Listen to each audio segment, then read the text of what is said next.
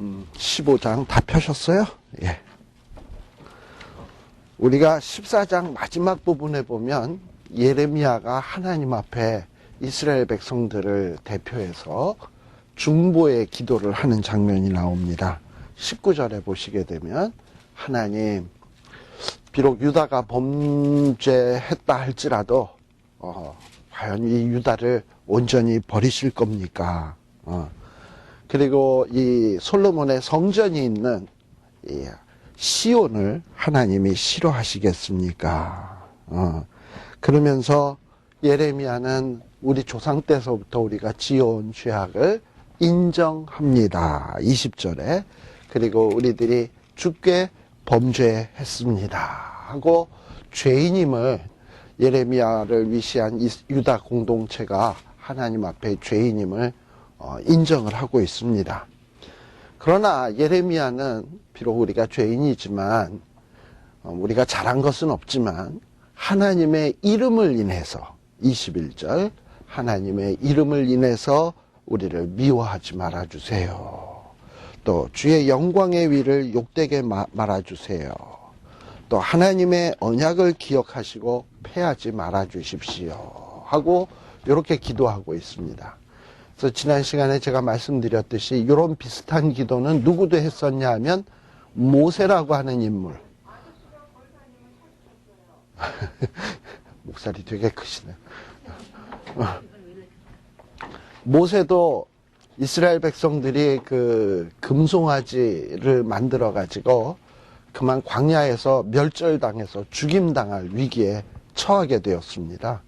근데 그때에 모세가 이스라엘 백성들을 대표해서 하나님 앞에 나아가서 하나님, 하나님이 이 정말 이스라엘 백성들을 구원하는 일을 시작을 하셨다면, 출애굽시키고 홍해를 가르고 10가지 재앙을 주고 일을 시작하셨으면 끝을 맺으셔야지 중간에 그치시면 이거 어떻게 하는 겁니까? 하고 하나님 앞에 기도했고요. 또 이렇게 이스라엘 백성들을 광야에다가 멸절시키게 되면, 광야에 멸절시키게 되면 애굽 사람들이, 야, 저 이스라엘의 하나님은 지 백성들 뭐 해방시킨다고 광야에 데리고 나가더니만 거기다 다 몰살시키는 악한 신이로구나 하고 하나님을 욕하면 이거 어떡하시겠습니까? 그리고 또 모세는 뭐라 그랬냐면, 하나님이 아브라함에게 일찍이 땅 주겠다, 후손 주겠다, 함께 해주겠다고 약속을 해놓고서는 이거 뭐 다 죽여버리면 무슨 함께며 무슨 땅을 주는 거며 무슨 후손을 주는 거냐, 하나님이 이런 분은 아니잖아요 하고 하나님 앞에 기도했거든요. 그랬더니 하나님이 뜻을 돌이키시고 이스라엘 백성들을 멸절지 않았던 기록이 출애굽기 32장에 나오게 됩니다. 바로 그런 어떤 모세가 과거에 하나님 앞에 중보의 기도를 해가지고 성공한 예가 있어서였는지 몰라도 지금 예레미야는 하나님 앞에 기도하기를 모세처럼, 하나님, 우리를 미워하지 마세요. 하나님의 이름을 위해서 좀 제발 좀 용서해 주십시오. 근데 여러분들이 또 출애굽기 34장에 보게 되면 이 모세가 하나님을 보게 되는 장면이 나와요. 모세를 하나님의 바위 틈에다 숨기시고 하나님이 쫙 지나가시는 장면이 나오는데, 그때 하나님이 지나가시면서 그 천사들이 반포한 이름이 뭐냐 하면은, 잠깐 한번 볼까요? 하나님의 이름이 어떤 하나님이냐? 출애굽기 34장.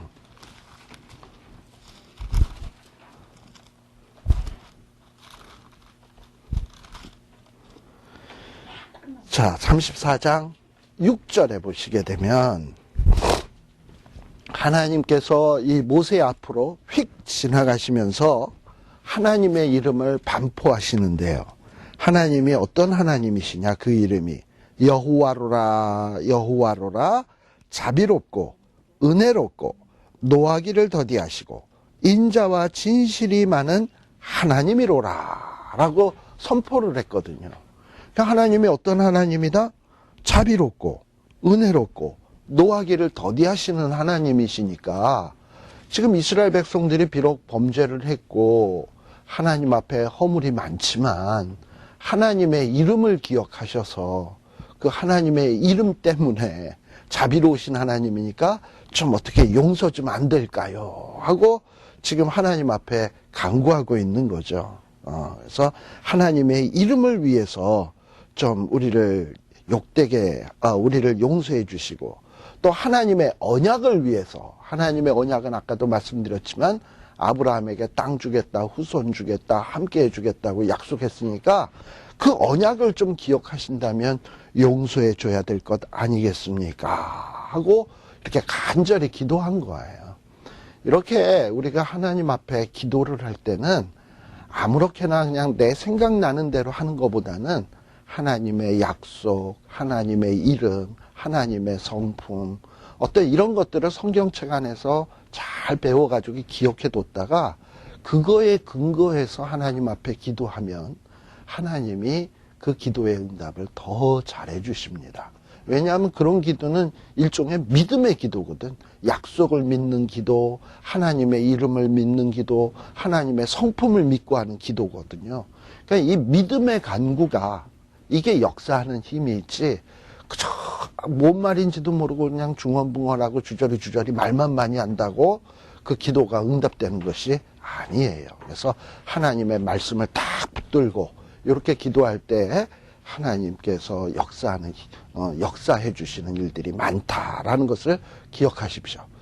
근데 예레미야가 이렇게 하나님의 이름을 근거해서, 또 여기에 보면 하나님의 언약에 근거해서 기도를 하는데, 여기 15장에 보게 되면 하나님은 뭐라고 얘기하시냐? 야, 너 더 이상 나한테서 더 이상 중보기도 하지 마라. 이제는 모세랑 사무엘이 그냥 내 앞에 와서 그냥 중보를 한다 할지라도 내가 이 백성에게 더 이상 향할 수가 없다. 그리고 이들을 내가 쫓아버리겠다라고 말씀을 하시는 거예요.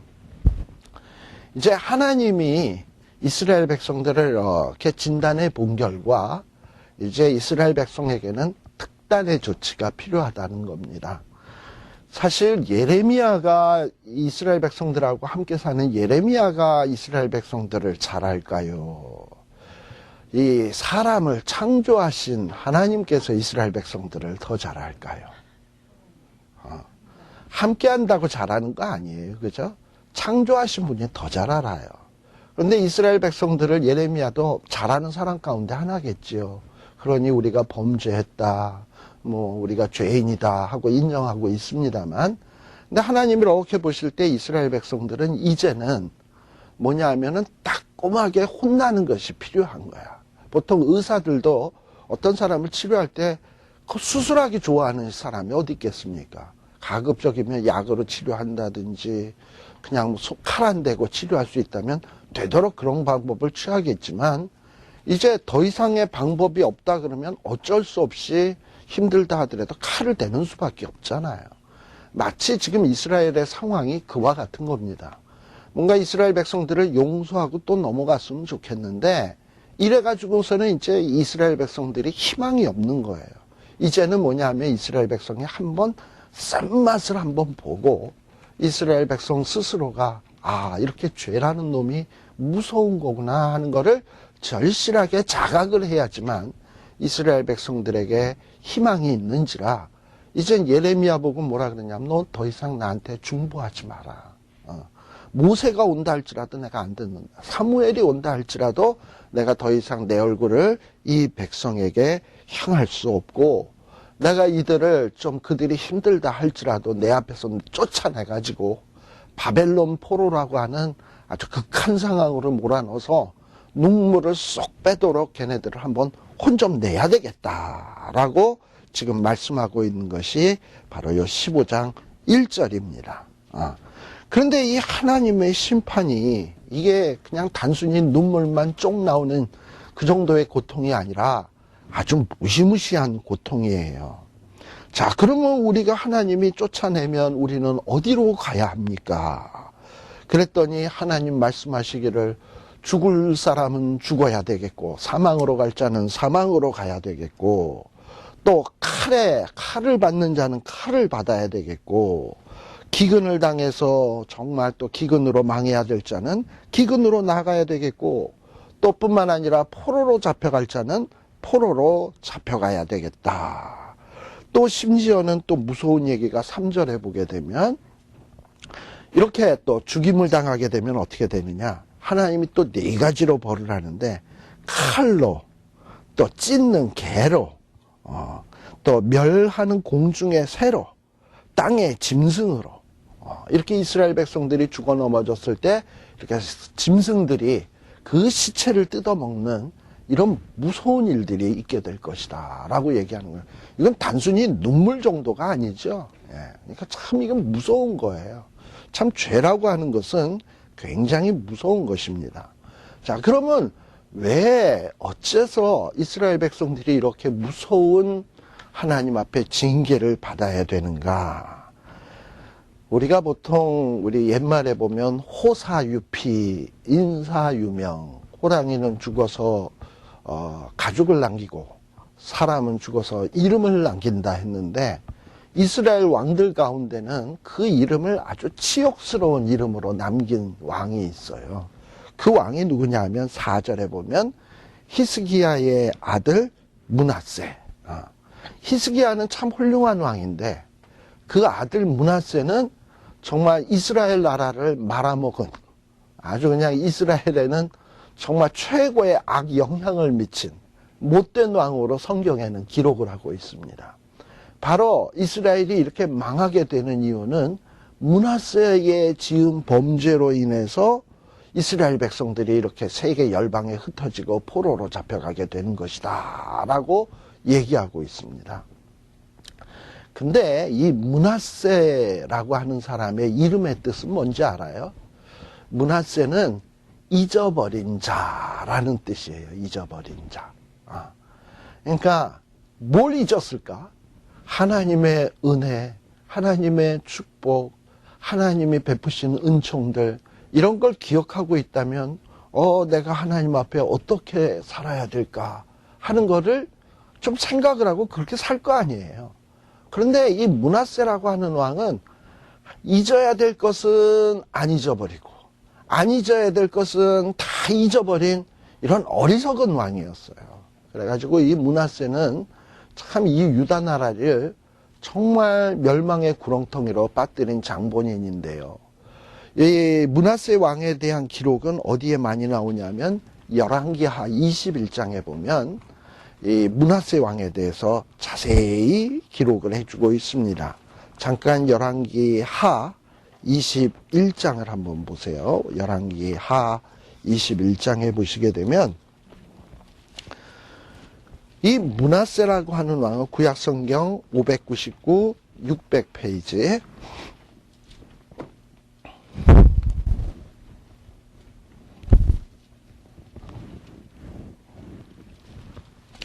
거기에 보면 21장 1절. 근데요, 이 므낫세라고 하는 왕은 이렇게 못돼 먹은 왕인데 왕 노릇도 오래도 해먹었어. 자그만치 21장 1절에 보시게 되면 몇 년 동안을 왕 노릇을 했냐? 55년. 우리 일제 36년이라고 그러잖아요. 일제 36년인데 아직도 일본의 잔재가 우리 가운데 많이 남아있는 거 아세요? 짜장면집 가서 노란무 먹으면 닭강 주세요 이러고 그리고 벤또 싸왔니? 이러고 그렇잖아요. 뭐 이러면서 아직도 우리가 알게 모르게 일본 말들을 굉장히 많이 사용하고 있어요. 뭐 이렇게 뭐 좀 어떻게 해달라고 와리깡 좀 해달라고 그러고 뭐 아무튼 참 뭐 이러면서 뭐 알게 모르게 일본 말들이 아직도 많이 이렇게 남아있는 걸 보면 36년을 통치를 받았는데도 그 정도라 그런다면 55년을 악한 왕 밑에서 있었다면 그 악한 거는 그 전염 효과, 그 영향력이 또 강하거든. 어떤 것보다도. 그 55년을 그렇게 지냈으니 이스라엘 나라가 얼마나 썩었겠습니까? 근데 이 므낫세는 2절에 보면 어떤 왕이냐? 여호와 보시기에 악한 것만 골라가면서 했던 일이야. 또 이방 사람의 가증한 일들만 골라가면서 했어. 또 3절에 보면 아버지는 우상 산당들을 다 때려부셨는데 이 친구는 또 때려부신 거를 열심히 세웠던 자야. 또 그뿐만 아니라 이 남방 유다, 므낫세는 남방 유다 왕인데 누구를 본받았냐? 북이스라엘의 악한 왕의 또 랭킹 1, 2위라고 할 수 있는 아합을 본받아서 살았어. 다윗을 본받아야 될 사람이 아합을 본받고, 하나님을 섬겨야 될 사람이 바알신을 섬기고 아세라 목상을 만들고, 또 그것도 모자라서 저 아수르에서부터 하늘의 1월 성신 우상까지도 수입해다가 섬기고, 또 한술 더 떠서 5절에 보게 되면 하나님의 성전 마당에다가, 그 거룩한 성전 마당에다가 하늘의 1월 성신을 위한 제단을 쌓았어. 하나님을 위해서 제단을 쌓아도 될까 말까인데 이건 뭐 우상을 위해서 제단을 쌓았어. 또 심지어는 또 6절에 보게 되면 자기가 복받겠다고 자녀들을 갖다가 불에다 태워 죽이는 제사를 드렸어. 이게 인간입니까? 그쵸? 아무튼 이런 자야. 또 그뿐만 아니라 또 6절에 보면 무당 같은 거를 불러가지고 이상한 술수, 사술, 그리고 신접한 자, 박수, 이런 자들을 잔뜩 불러다가 이상한 짓거리들을 많이 했던 자예요. 또 그뿐만 아니라 9절에 지만 이렇게 우상 숭배를 했냐 하면 백성들을 또 꼬셨어. 자기가 짓는 죄를 짓도록. 그래서 백성들도 이 므낫세의 꼬임을 받아가지고 그만 이 하나님 앞에 범죄하게 하고 하나님을 진노케 한 이런 일들을 했어요. 그래서 11절에 보면 성경은 뭐라고 얘기하냐? 므낫세는 이 가나안 땅 정복하기 이전에 그 가나안 땅에 살았던 사람들 있잖아요. 이스라엘 백성들이 여호수아 때 내쫓은 민족들. 그 민족들이 상당히 타락했거든요. 그 타락한 모습을 보려면 여러분들 레위기 18장에 보면 잘 나와 있는데, 이들은 동성연애, 근친상간, 뭐 심지어는 짐승하고도 성적인 관계를 맺는 짐승 이하의 사람들이에요. 근데 므낫세는 어떠하다? 그들보다도 더 악한 자였다라고 얘기를 하고 있는 거예요. 이게 므낫세예요. 그래서 하나님께서는 이렇게 므낫세가 55년 동안 악한 것이란 악한 것은 올라가면서 했기 때문에 하나님이 이제 이 므낫세를 딱 보시고서는 이들을 한번 혼나봐야 되겠다 하고 딱 작정을 하신 거야. 그리고 작정을 하시고 그래도 혹시나 회개할까 했더니 그 므낫세 이후 유다 백성들이 계속해서 그 범죄의 길에서 떠나지 않는 거예요. 그리고 이제는 예레미야가 아무리 하나님 앞에 중보를 해도 이스라엘 백성들이 전혀 꿈쩍도 안 하고 있는 거야. 그러니까 이제 하나님께서는 이제 유다 백성들을 고치기 위해서는 어떤 대수술, 아프지만 대수술을 할 수밖에 없어요. 그게 뭐냐? 이스라엘 백성들을 포로로 잡혀가게 하고 열방 중에 흩어서 눈물이 쏙 나오도록 한번 고난을 당하게 해야 얘들이 정신 차릴 것 같으니까 나는 이렇게 하겠다. 그러니 예레미야야 더 이상 이 백성들을 위해서 더 이상 기도하지 마라 라고 얘기를 하는 거예요. 그리고 또 이스라엘 백성들의 그 유다 백성들의 죄에 대해서 뭐라고 얘기를 하느냐. 왜 이렇게 이스라엘 백성들이 정말 하나님 앞에 이렇게 무시무시한 심판을 받을 수밖에 없냐, 징계를 받을 수밖에 없냐. 6절에 보게 되면 우리 예레미야 15장 6절입니다. 6절에 보시게 되면 이스라엘 백성의 죄는 뭐냐 하면 하나님을 버린 거예요. 하나님이 이제 이스라엘 백성을 버리는 게 아니에요. 바벨론 포로로 잡혀가게 한다고 하나님이 이스라엘 백성을 버리는 게 아니고, 사실은 누가 먼저 버렸냐? 이스라엘 백성이 하나님을 버렸고 하나님을 떠나서 멀리 물러갔기 때문에 이제 하나님께서 화가 나신 거예요. 그리고 또 멀리 갔다가 또 누가 쳐들어오게 되면 아이고 살려주세요 이러고서는 또 회개하는 듯 하다가 또다시 또 평안해지면 또 죄를 짓고, 그래서 하나님이 용서해 주는 것도 한두 번이지. 그래서 이제 용서해 주는 일에도 하나님이 뭐가 났다? 염증이 났다. 아주 그냥 그래서 염증이 나서 이제 이 인간들을 하나님이 한번 특단의 조치로 정말 고생을 좀 하게 해야 되겠다 작정을 하시게 된 겁니다. 자, 그래서 하나님이 이제 하시는 일들이 뭐냐? 이제 이 하나님께서 이 유다 땅에 이 바벨론 군대가 쳐들어와 가지고 정말 이제 무시무시한 징계를 감행하게 되는데 7절, 8절에 보시게 되면 특별히 8절 이제 유다 땅에는 누가 많아질 거냐? 과부들이 많아지게 될 거다. 왜 과부가 많아질까요? 남자들이 전쟁터에 나가서 줄줄이 그냥 죽어 넘어지니까 그 남자들의 부인 되었던 자들이 졸지에 과부가 되는 거예요. 근데 이 과부가 뭐처럼 많아진다? 바다의 모래보다 더 많아졌느니라. 바다의 모래 하면 뭐 생각나는 거 없어요? 원래는 하나님이 바다의 모래는 축복으로 주신다는 거였어요. 이스라엘 백성들에게 내가 너의 후손을 바다의 모래처럼 많게 해주겠다. 이게 이거였는데 이제는 후손이 많아지는 게 아니라 너희 집에 과부가 바다의 모래처럼 많아지겠다라고 얘기를 하는 거예요. 그리고 대낮에 백주 대낮에 회멸할 자, 아마 바벨론 군대겠죠. 이 회멸한 자들을 데려다가 그들과 청년들의 어미를 쳐서 논란과 두려움을 그들에게 졸지에 임하게 하였다. 물론 여기 그 청년들의 어미라는 말을 문자 그대로 어머니로도 볼 수 있어요. 청년들이 전쟁에 나가서 죽으니까 그 어머니들이 얼마나 놀라겠습니까? 또 그 어머니들도 졸지에 자식을 잃어버리는 부모가 되잖아요. 그럴 수도 있고 또 하나는 이 어미를 비유적으로 본다면 뭘로 생각할 수 있냐면 예루살렘의 그 성 안에 사는 사람들에게 있어서 예루살렘 성이라고 하는 것은 어머니의 역할을 하는 거야. 마치 품처럼 예루살렘 성이 예루살렘 백성들을 이렇게 품고 있는 거잖아요.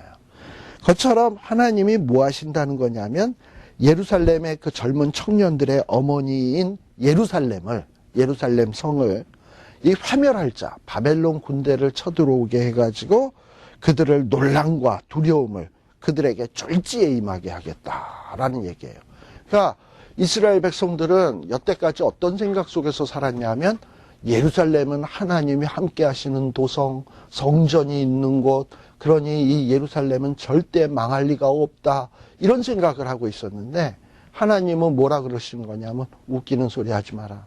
너희들이 정말 하나님 앞에 바로 서지 않으면 성전도 무너뜨릴 것이고 성전이 있는 예루살렘도 쫄지에 망하게 할 수 있다라는 거예요. 그래서 예루살렘도 쫄지에 망하게 하겠다. 또 그뿐만 아니라 거기 9절에 보면 7 자식을 생산한 여인. 이 7 자식을 생산한 여인은 축복이겠습니까? 저주겠습니까? 우리가 보통 무자식이 상팔자다 한다면 7 자식을 낳았으면 이거는 복받은 여인은 아니겠지만 그러나 우리가 보통 이 옛날부터 자식이 많으면 이건 참 하나님 앞에 복받은 여인이에요. 근데 여기 보면 7 자식을 낳았다 그렇다면 7은 완전수니까 자식을 아주 완전하게 충분히 낳은 정말 자식으로 인해서 복받은 여인을 칭하는 말이 7 자식을 생산한 여인이다라고 얘기를 하는 거예요. 근데 이렇게 자식이 많은 그리고 이렇게 복받은 여인이 이 바벨론 군대가 쳐들어오고 하나님의 징계가 임하게 되니까 이 복받은 여인도 어떻게 되냐? 기절을 하고 쇠약을 하고 그리고 결국에는 이 백주에 아까 회멸할 자들이 쳐들어온다 그랬잖아요. 백주에 회멸할 자들이 와서 막 불을 태우고 하니까는 마치 해가 어두워지듯이 어두워지면서 그리고 자기의 자식들은 막 죽어 넘어져 가니까 수치를 당하고 근심을 당하게 되고 이런다 이 말이에요. 그런데 혹여 살아남았다면 그 남은 자 역시도 어떻게 된다? 칼에 죽임을 당한다. 뭐 이러니 이거 뭐 하나님의 이 징계가 얼마나 무서운 겁니까? 눈물 쏙 나오는 정도가 아니에요. 그래서 우리들이 간혹 하나님이 징계하시는 것을 가볍게 생각해서는 안 됩니다. 우리의 죄로 인해서 우리가 당해야 될 하나님의 징계가 있다면 그것은 참으로 무서운 것이구나 라는 것을 우리들이 조금 생각해 볼 필요가 있어요. 자, 이렇게 하나님께서 이스라엘 백성들에게 무서운 심판을 이야기를 합니다. 그런데 이 10절서부터는 뭔가 좀 이야기가 달라져요. 이렇게 무서운 심판이 있겠지만 하나님께서는 예레미야, 이렇게 하나님의 말씀을 신실하게 증거하는 이 예레미야를 보호하시겠다라는 어떤 그런 얘기가 나옵니다. 근데 이 예레미야가 보호를 받기 전에는 일단 무슨 일을 당해야 되냐? 예레미야 자신도 참 여러 가지 어려움과 고난을 겪어야 돼. 그래서 10절에 보게 되면 예레미야도 이 유다 말기의 어지러운 상황 속에서 하나님의 말씀을 증거하면서 참 여러 가지 고통을 당했어요. 그래서 예레미야는 지금 내가 당하는 이런 고통들이 참 내게는 재앙이다. 재앙이다. 나의 모친이여 모친이여 이러고 얘기하는데, 나의 모친이여 모친이 온 세계의 다툼과 침을 당할 자로 나를 낳으셨도다. 그러면서 뭔가 자기가 지금 고통당하는 탓을 누구 탓을 하냐? 어머니가 날 낳았기 때문에 내가 이 고생을 하는구나. 이러고서는 안 낳았더라면 좋았을 텐데. 그리고 내가 남에게 꾸어주지도 않고 나에게 꾀이지도 아니하였건만, 즉 남에게 해를 입힌 적도 없고 해를 내가 당한 적도 없고 이렇게 거래한 적도 없는데, 이렇게 남에게 영향을 미친 적이 없는데, 지금 사람이란 사람들은 다 나를 향해서 뭐한다? 저주를 하고 손가락질을 한다 이 말이에요. 이게 예레미야의 현실인 거예요. 예레미야는 그 젊은 날에 하나님이 선지자 하라 그래서 한 죄밖에 더 있어요? 그래서 하나님이 시키는 대로 했는데 모든 사람이 예레미야를 매국노라 그러는 거야. 바벨론에게 항복하라 그러고 이제 재앙이 찾아온다 그러고 나쁜 얘기만 한다 하니까는 완전히 예레미야는 재수 없는 사람, 매국노, 민족의 반역자, 그리고 나쁜 소식만 증거하는 악한 사람, 이러고선 다 예레미야를 손가락질하니까 예레미야 본인 자신도 15장 11절 예레미야 본인 자신도 얼마나 낙심이 되고 속으로 안타까웠겠습니까? 자, 그래서 이 예레미야도 이제 어떻게 이렇게 낙심이 되다 보니까 하나님이 이렇게 하나님의 종들이 낙심 가운데 빠지게 되면 가만두시지는 않아요. 아주 정말 이렇게 낙심이 빠져가지고 그냥 그 절망의 구렁텅이에 빠질 듯하면 하나님이 짜잔 나타나서 위로해 주시는 장면들을 참 많이 봐요. 우리가 알다시피 유명한 선지자 엘리야를 아시나요? 엘리야 선지자가 갈멜산에서 이 바알 섬기는 사람하고 그 누구 단에 불을 내리시나 시합을 쫙 했어요.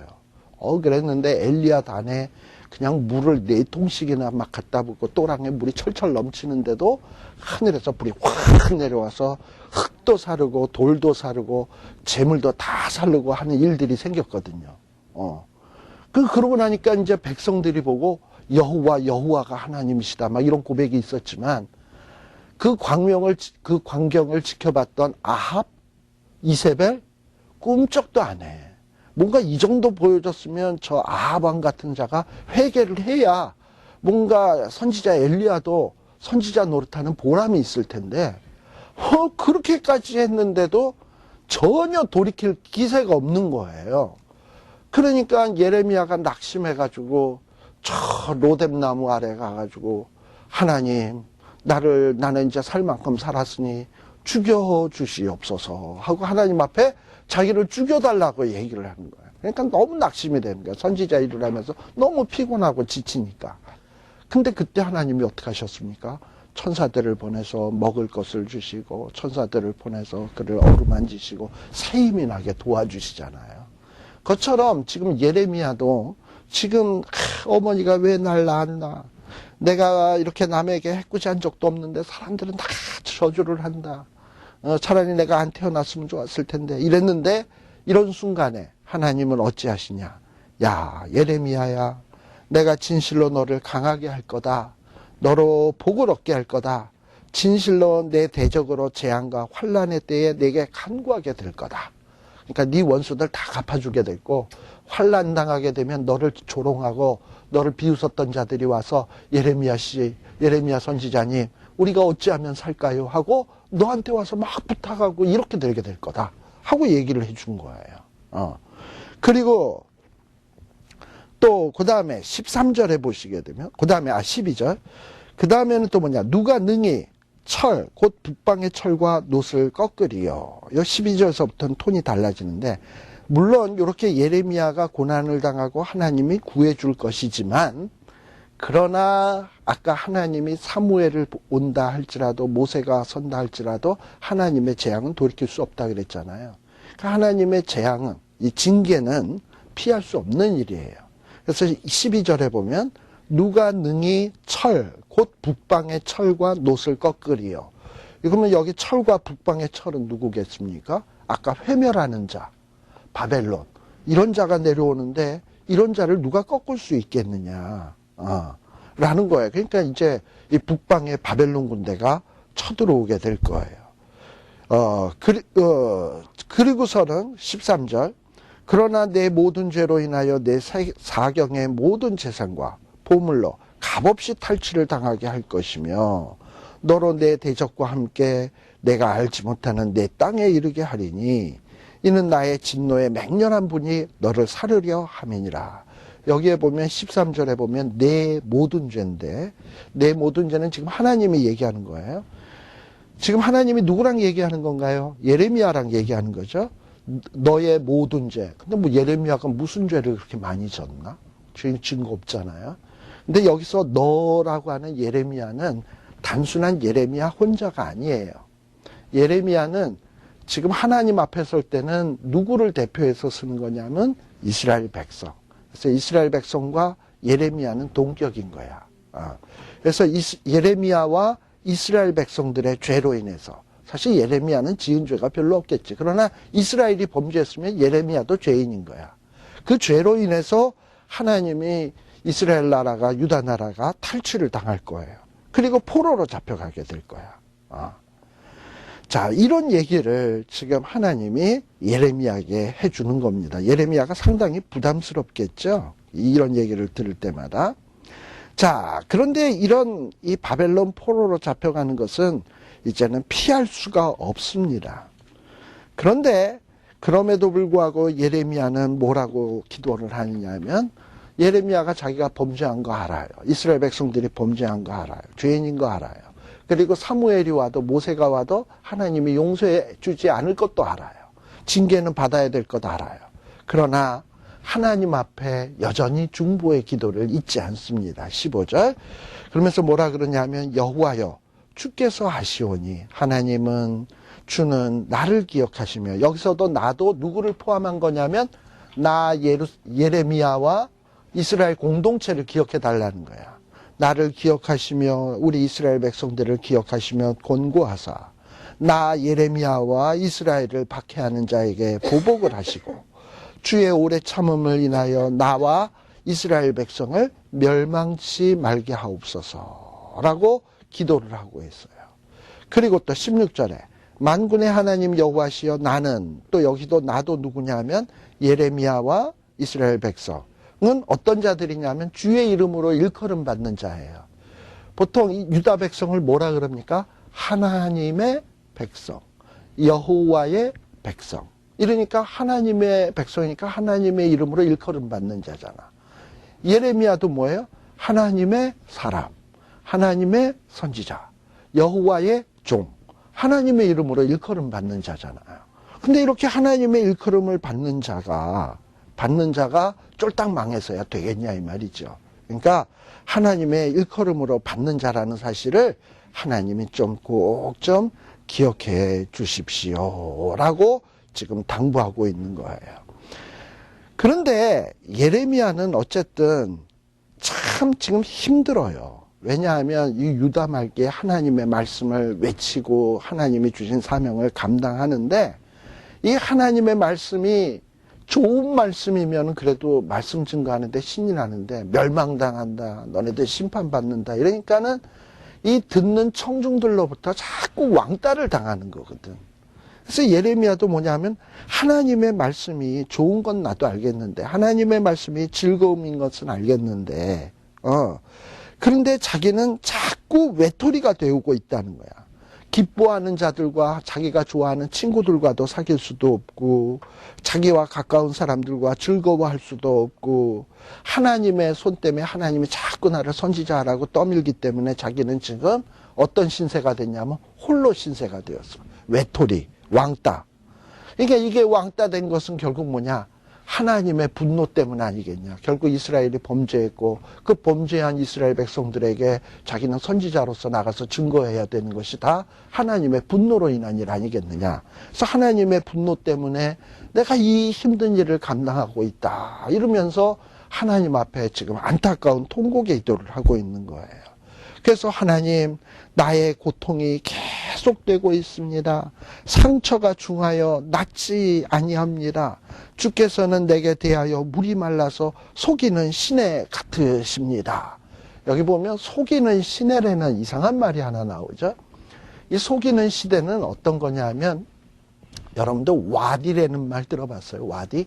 와디라고 뭐냐면은 비가 오는 우기에는 물이 흐르는 강인데, 이제 비가 안 오는 시즌에는 강의 흔적만 있고 물이 안 흐르는 강. 그러니까는 저기 강이다 해서 딱 가보니까 이게 무슨 강이야 이런 거 있잖아. 그런 강을 보통 뭐라 그러냐면 와디라 그래요. 그러니까 이게 속이는 시내. 근데 그런 강들, 오아시스는 사막에 물이 있는 곳이 오아시스고, 그런 건 아니고 실제 강인데, 여기도 여러분들이 보면은 무슨 이런 벌뱅이나 이런 데 가보면 무슨 강이라고 이름이 돼 있는데 가서 보면 물이 하나도 없어. 리버사이드인데 리버사이드에 가보면 리버가 보여야 되는데 리버가 없어. 뭐 그런 거. 비가 올 때나 조금 쫄쫄쫄쫄쫄 흐를까? 평상시에 보면 전혀 리버사이드가 아니야. 뭐 그런 것들. 그런 것들을 소위 와디라고 얘기를 하는 거예요. 속이는 시내. 그러니까는 뭔가 예레미야는 자기가 하나님의 명령을 받아가지고 말씀을 증거하면 백성들이 막 돌아오고 회개하고 그리고 자기가 선지자로서 일한 보람도 얻을 것이라고 좀 생각을 했었는데 이 하고 나니까 첩첩산중으로 고난만 밀려오는 거야.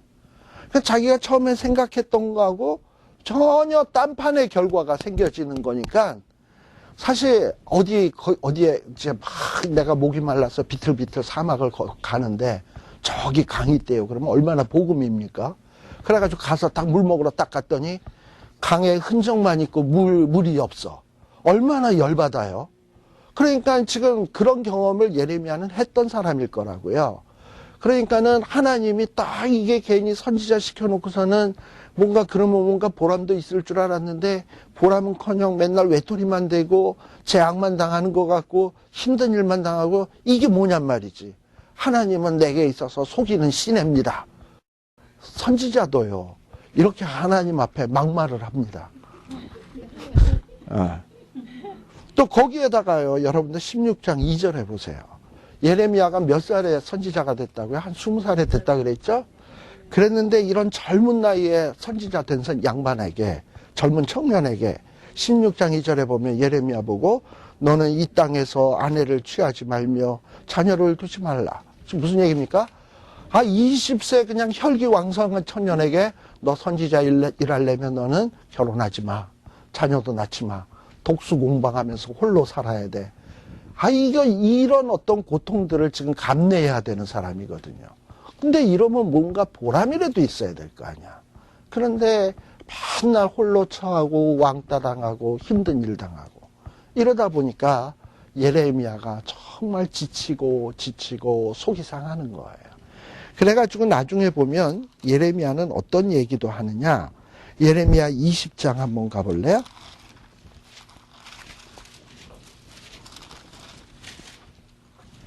자, 20장 7절부터 보시겠습니다.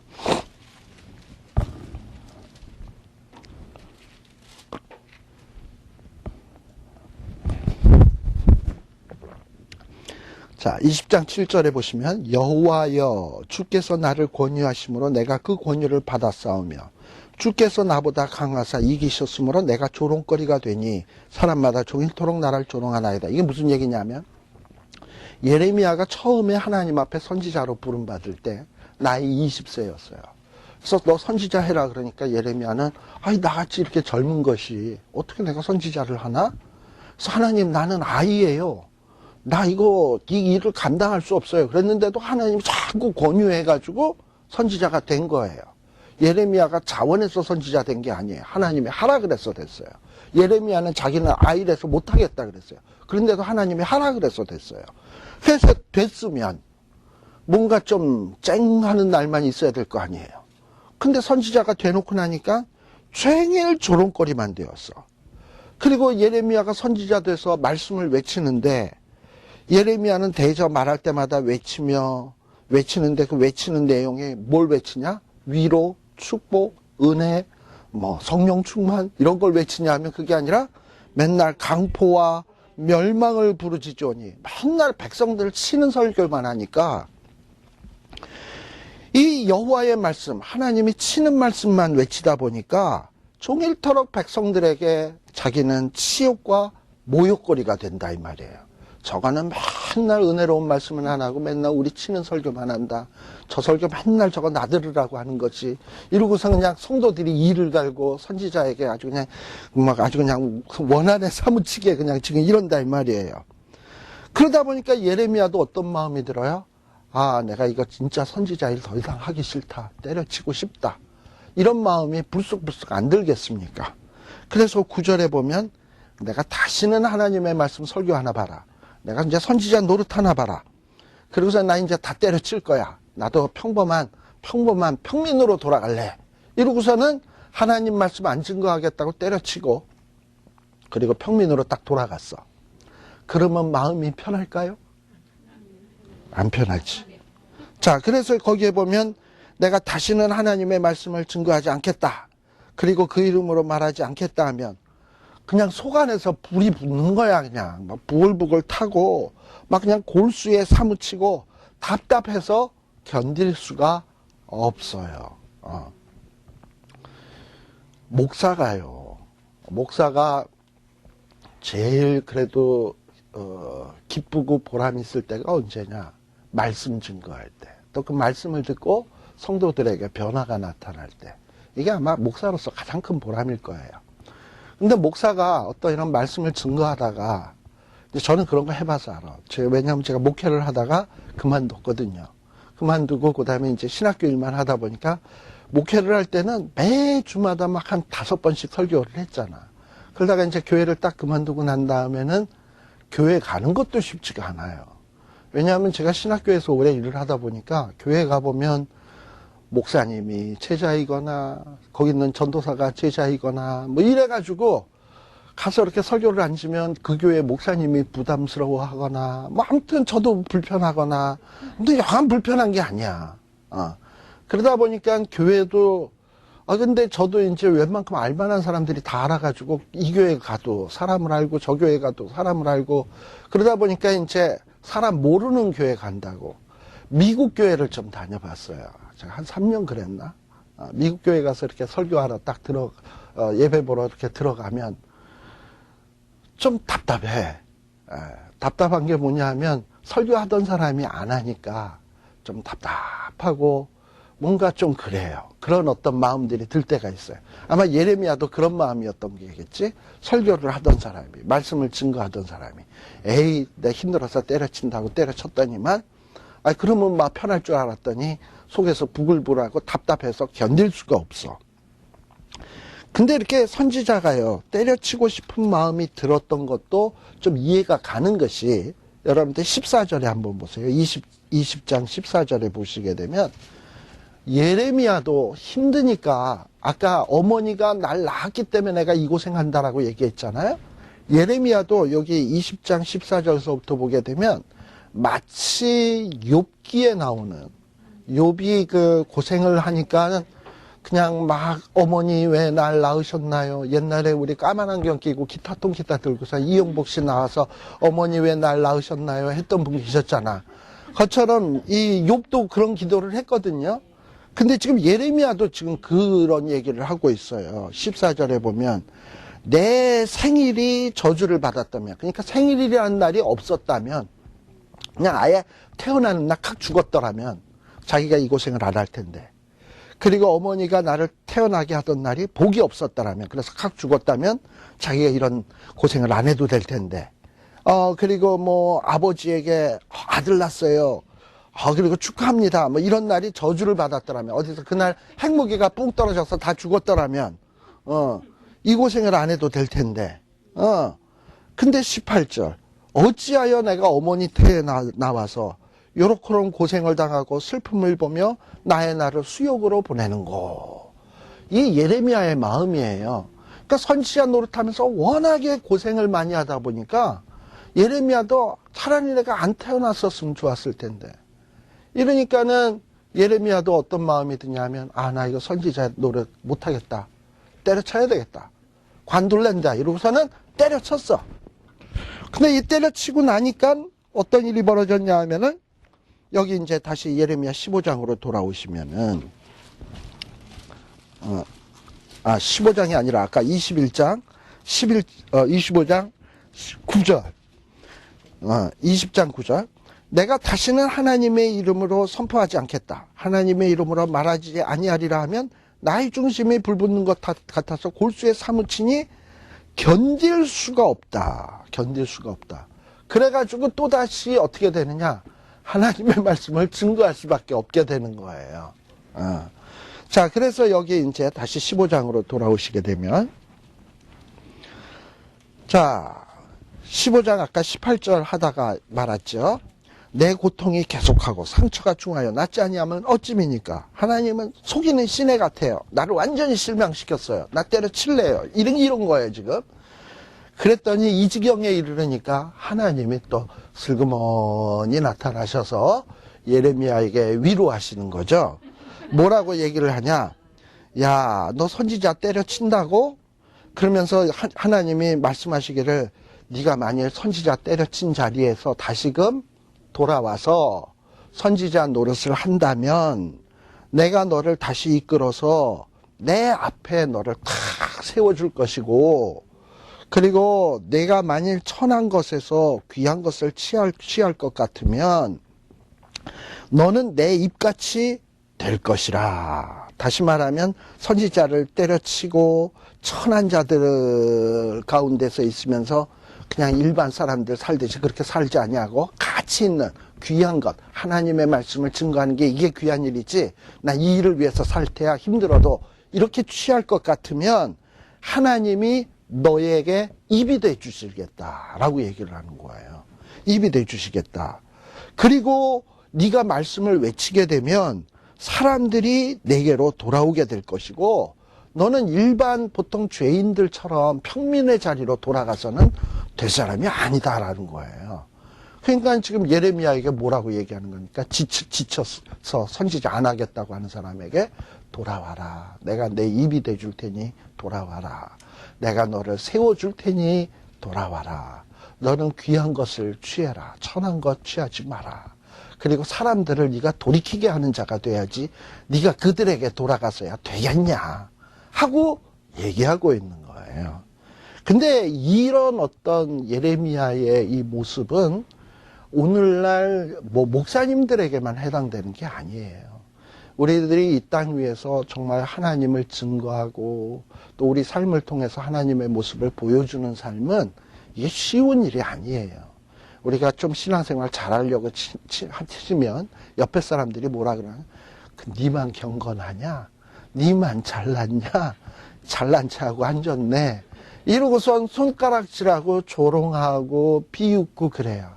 에이, 그러면은 이제 우리 마음속에 못하고, 그치 뭐 내가 괜히 뭐 이렇게 할 거 뭐 있어요. 에휴, 나도 편하게 살자. 때려치자. 이런 마음 들잖아요. 그러면 하나님이 우리에게 조용히 찾아와서 하시는 음성이 뭐냐면, 야, 그러지 마라. 너는 나의 선지자다. 내게로 돌아와야 된다. 그리고 너가 정말 귀한 게 뭔 줄 알고 그거 붙들고 하려고 치면 내가 너를 세울 것이고 너 입에 내가 너의 입이 되어 주실 거고, 너가 하나님의 말씀을 증거하면 많은 사람들을 너에게 돌이키게 할 거다라고 하나님이 말씀해 주시는 거예요. 그거는 오늘 우리에게도 해당된 얘기란 말이에요. 그리고 그런 하나님이 약속을 주셨다면 진짜 해봤을 때 그런 일들이 생겨지면, 일어나면, 아, 진짜 하나님의 말씀은 사실이로구나 하고 이거 경험하는 것 아니겠습니까? 바로 이것이 신앙생활이다. 그리고 또 하나님이 뭐라고 얘기하냐면은 20절에 보면, 비록 네가 힘들어도 선지자 일을 제대로 감당하면 내가 이 백성들 앞에서 너로 노선벽이 되게 하겠고 너를 칠지라도 이기지 못하게 되는 것은 하나님이 너와 함께 하기 때문이다. 그리고 너를 건져주기 때문이다. 너를 악한 자의 손에서 건져주며 무서운 자의 손에서 내가 건져주겠다라는 이 하나님의 말씀. 그러니까 이런 위대한 선지자도요, 선지자 일을 하다 보면 슬럼프의 기간이 다 있었어요. 슬럼프 없는 사람이 어디 있겠습니까? 그런데 이런 슬럼프가 있더라도 좀 힘들면 그냥 하나님 앞에 따지세요, 가서. 하나님, 너무 속상해요. 하나님은 속이는 시내 같아요. 하나님의 일을 했더니 왜 내가 이렇게 고생해야 돼요? 그러니까 불만 있으면 그것도 하나님 앞에 가서 하시라고. 그러면 그렇게 하나님과 대화를 하다 보면 하나님이 우리에게 세미하게 들려주시는 음성이 있을 거예요. 힘든 거 나도 안다. 그러나 네가 돌아와라. 그럼 내가 다시 세워줄게. 그리고 너에게 입이 돼줄게. 이런 말씀들을 여러분들도 삶 가운데서 체험을 했으면 좋겠다라는 얘기를 일단 말씀드리고 잠시 쉬었다 가도록 하겠습니다.